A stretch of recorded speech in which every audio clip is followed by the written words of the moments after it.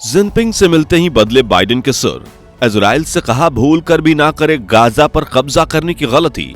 मानवीय युद्ध विरामों के उल्लंघन को लेकर ह्यूमन राइट्स ने इजराइल को जताया, पर इन सब के बावजूद गाजा पर इजराइल का कहर अभी भी जारी। जी हां दोस्तों, इजराइल हमास युद्ध अब उस पॉइंट पर आ चुका है जहां दुनिया के दूसरे देशों और अंतर्राष्ट्रीय संस्थाओं ने इसमें दखल देना स्टार्ट कर दिया है। हालांकि जब से ये जंग शुरू हुई है तभी से कई मुस्लिम देशों का इसमें सीधा दखल रहा है, लेकिन अब दुनिया के और भी कई देश इस लड़ाई में खुलकर अपना पक्ष रख रहे हैं, क्योंकि कहीं ना कहीं इस युद्ध में अब पानी सर से ऊपर जाने लगा है। खासतौर से जिस तरह पिछले कुछ हफ्तों में इजराइल का रवैया रहा है, उसको देखते हुए दुनिया के कई देश अलर्ट मोड पर आ गए हैं और सभी इस लड़ाई को एक चेतावनी की तरह देख रहे हैं, जिसे अगर अभी सीरियस नहीं लिया गया तो ये लड़ाई बहुत भयानक रूप ले लेगी। यहां तक कि चाइना के साथ मीटिंग होने के बाद अब अमेरिका के सुर भी इस लड़ाई में बदले बदले नजर आ रहे हैं, क्योंकि अमेरिकी राष्ट्रपति जो बाइडेन ने साफ और सीधे शब्दों में एक ऐसी बात कह डाली है जिससे इजराइल के प्लान को एक बहुत बड़ा झटका पहुंचा है।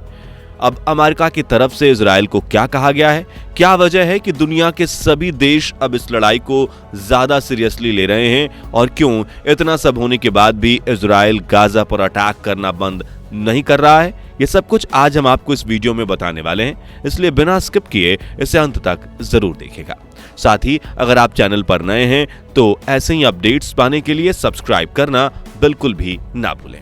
दोस्तों, इजराइल हमास के बीच पिछले 42 दिनों से चल रहा युद्ध अब तकरीबन 14,000 लोगों की जान ले चुका है, और इतनी तबाही मचाने के बाद भी इस लड़ाई की आग ठंडी होने को तैयार नहीं है। हर रोज इस युद्ध से जुड़ी कोई ना कोई ऐसी खबर हमें सुनने को मिलती ही है जो दिल को दहला कर रख देती है। रोज रोज होने वाली बमबारी ने गाजा को पूरी तरह से तबाह कर दिया है। दुनिया के बहुत से देश पहले से ही इस युद्ध को रोकने की मांग कर रहे हैं, और अब इन देशों की गिनती और भी ज्यादा बढ़ती जा रही है। लेटेस्ट अपडेट की बात करें तो इजराइल के सबसे करीबी अमेरिका की तरफ से एक बड़ा झटका उसे दिया गया है। अमेरिकी राष्ट्रपति जो बाइडेन ने अभी एक बयान देते हुए ये बताया कि उन्होंने इजरायली पीएम नेतन्याहू के सामने इस बात को पूरी तरह से साफ किया है कि वो गाजा पर कब्जा करने और उसे अपने अधिकार में लेने की गलती करने के बारे में सोचे भी नहीं। बाइडेन ने बताया कि उन्होंने इजरायली पीएम से कह दिया है कि इस लड़ाई या इस जंग को रोकने का एकमात्र रास्ता सिर्फ 2 स्टेट सॉल्यूशन ही है। इसके साथ ही उन्होंने नेतन्याहू को यह भी याद दिलाया कि इस लड़ाई में आम नागरिकों को घायल होने से बचाना भी उन्हीं का कर्तव्य है। बाइडेन के इस बयान से इजराइल को काफी ठेस पहुंच सकती है, क्योंकि इजराइल इस युद्ध में सिर्फ हमास को हराने की ही नहीं बल्कि पूरे गाजा पर अपना अधिकार स्थापित करने की कोशिशों में लगा हुआ है। इजराइल का प्लान हमास को खत्म करके पूरी गाजा पट्टी को हमेशा के लिए अपने साथ जोड़ना है, और इसका ऐलान खुद बेंजामिन नेतन्याहू कई बार कर चुके हैं। अभी कुछ दिन पहले ही उन्होंने ये ऐलान किया था कि गाजा पर काबू करने के बाद हमेशा के लिए इस क्षेत्र की सुरक्षा की जिम्मेदारी उनके ऊपर रहेगी। उनके इस बयान से साफ जाहिर हो रहा था कि पूरे गाजा को इजराइल से मिलाना वो चाहते हैं, लेकिन उनके इस प्लान को अमेरिका ने एक करारा झटका दे दिया है। यह झटका इसलिए भी इतना बड़ा है क्योंकि इजराइल अमेरिका को अपने सबसे बड़े सपोर्टर के रूप में देखता है। इजराइल उम्मीद करता है कि अमेरिका हर हाल में उसकी साइड लेगा, और पिछले कई दशकों से अमेरिका ऐसा करता भी आ रहा है। लेकिन जो बाइडेन का एक ऐसा कहना कि इस युद्ध का अंत सिर्फ 2 स्टेट सॉल्यूशन यानी फिलिस्तीन और इजराइल दोनों को आधा आधा देश देने में है, ये कहीं ना कहीं इजराइल को सच्चाई से अवगत कराने जैसा है, क्योंकि इजराइल अब से नहीं बल्कि पिछले कई दशकों से पूरे फिलिस्तीन को मिटाने और उसके हिस्से की सारी जमीन को अपने देश के साथ जोड़ने का प्लान कर रहा है। अगर आप देखें तो 1948 में जब फिलिस्तीन के लोगों ने यहूदियों को अपने यहाँ पनाह दी थी और यूएन की मदद से यहूदियों के लिए एक नया देश इजराइल बनाया गया था, तब दोनों देशों के पास बराबर जमीन थी। लेकिन समय के साथ साथ इजराइल धीरे धीरे करके फिलिस्तीन को अपने कब्जे में लेता गया, और आज हालात ये है कि सरजमी पर फिलिस्तीन का हिस्सा न के बराबर हो गया है। और इजराइल अपने इस मिशन में तब तक नहीं रुकने वाला जब तक कि वह फिलिस्तीन को पूरी तरह मिटाकर जमीन के इस पूरे टुकड़े को को इजराइल ना बना दे। लेकिन अमेरिका का बयान कहीं ना कहीं अब इजराइल को परेशान जरूर करने वाला है। वैसे अमेरिका की तरफ से ये बयान आने से पहले उन्होंने इस लड़ाई में इजराइल का खुलकर सपोर्ट किया है और जो बाइडेन का ये बयान चाइनीज राष्ट्रपति शी जिनपिंग के साथ मीटिंग करने के बाद आया है। इसलिए सभी लोग अमेरिका के इस रवैये को चाइना के साथ जोड़ रहे हैं। अब शी जिनपिंग ने बाइडेन से ऐसा क्या कह दिया कि उनके सुर ही बदल गए? ये बात अभी तक किसी को समझ नहीं आई है। वैसे इजराइल को सिर्फ अमेरिका ने झटका नहीं दिया है, बल्कि ह्यूमन राइट्स वॉच की तरफ से भी उनके लिए एक वार्निंग जारी की गई है।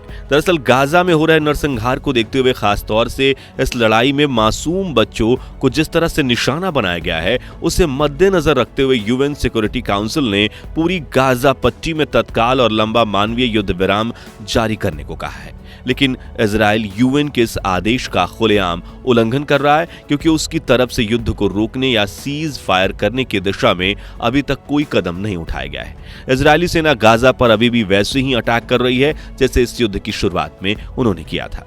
अब इजराइल के रवैये को देखते हुए ह्यूमन राइट्स वॉच के डायरेक्टर लुइस चैम्बारबोनियो की तरफ से कहा गया है कि अमेरिका ने इजराइल फिलिस्तीन मुद्दे पर सिक्योरिटी काउंसिल को पैरालाइज करना बंद कर दिया है। ऐसे में इजराइल अब किसी भ्रम में ना रहे और गाजा के बच्चों को बचाने के लिए सिक्योरिटी काउंसिल ने जो युद्ध विराम का रेजोल्यूशन लिया है, उसे एक वार्निंग की तरह समझे कि कोई भी वैश्विक मुद्दा उसके मित्र राष्ट्रों से ज्यादा स्ट्रांग है। ह्यूमन राइट्स वॉच का यह बयान इस दिशा में साफ साफ इशारा कर रहा है कि अगर इजराइल जल्द ही सीज फायर के लिए नहीं माना तो उसके खिलाफ सख्त एक्शन लिए जा सकते हैं। लेकिन इसके बावजूद भी इजराइल गाजा पर अटैक करने से बिल्कुल भी बाज नहीं आ रहा है।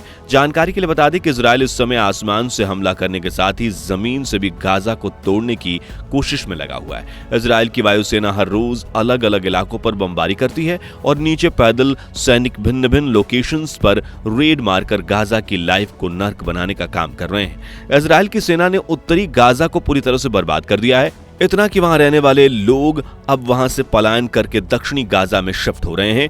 लोगों को डर है कि अगर ये उत्तरी गाजा में रुके तो किसी भी हालत में जिंदा नहीं बचेंगे, इसलिए अपनी जान बचाने की खातिर ये अपना सब कुछ छोड़कर दक्षिणी दिशा की तरफ निकल पड़े हैं। हालांकि दक्षिण गाजा में भी ये कितना सुरक्षित रह पाएंगे, इस पर कुछ भी कह पाना मुश्किल है, क्योंकि जैसा कि हमने बताया, इजराइल का प्लान पूरी गाजा पट्टी को अपने कब्जे में लेना है, जिसमें दक्षिणी गाजा का हिस्सा भी आता है।